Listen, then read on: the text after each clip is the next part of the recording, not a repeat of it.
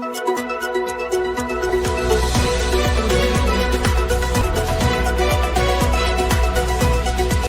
મિત્રો, હું છું એન્કર અર્પિતા પટેલ. આપ જોઈ રહ્યા છો મુંબઈ તરંગ ગુજરાત ન્યૂઝ.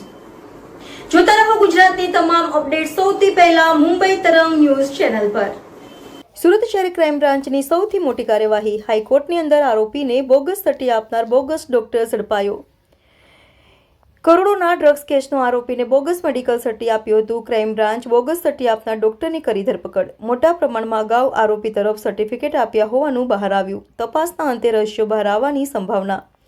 આ વ્યક્તિ દ્વારા કઈ કોર્ટની અંદર કેટલા સટ્ટી આપ્યા તે દિશામાં પણ તપાસ. ડ્રગ્સ કેસની આરોપી આદિલ નુરાની દ્વારા બોગસ જમીન માટે બોગસ શરતી રજૂ કર્યું હતું. હાઈકોર્ટને શંકા જતા તપાસ કરતા મામલો સામે આવ્યો.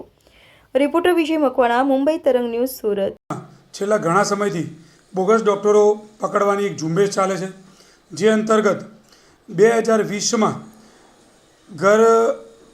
ડીસીબી દ્વારા રૂપિયા 1 કરોડના મુદ્દામાલ સાથે એક એમડી ડ્રગ્સનો કેસ કરવામાં આવેલ, જેનો આરોપી આદિલ સલીમ નુરાની રહે ઘોડદોડવાળાનો આરોપીને પકડી અને લાજપોર જેલમાં અટકમાં મોકલી આપેલો હતો, જે 2020થી લાજપોર જેલમાં છે.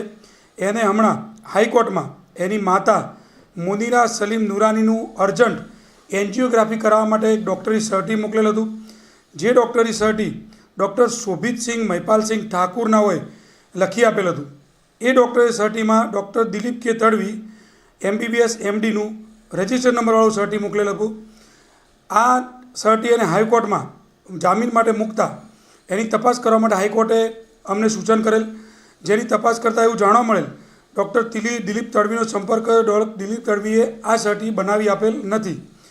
તો સુબોધસિંહનો સંપર્ક કરતાં સુબોધસિંહ પાસેથી એની પૂછપરછ કરતાં એવું જાણવા મળ્યું કે આ સુબોધસિંહે દિલીપની ખોટા સહી સિક્કાવાળી બનાવટી સહીઓ બનાવી અને આ સર્ટી આદિલ નુરાનીને આપેલ, જે અંતર્ગત આજરોજ ક્રાઇમ બ્રાન્ચમાં ગુનો દાખલ કરી અને ડૉક્ટર શોભિતસિંહ મહિપાલસિંહ ઠાકુર, જે ખોટી ડિગ્રી ધરાવે છે, પોતે ડૉક્ટર નથી, જેની પાંડેસરાના તેરેનામ ચોકડીથી Krishna general and trauma hospital ચલાવતો હતો, એની આજરોજ ધરપકડ કરવામાં આવેલ છે.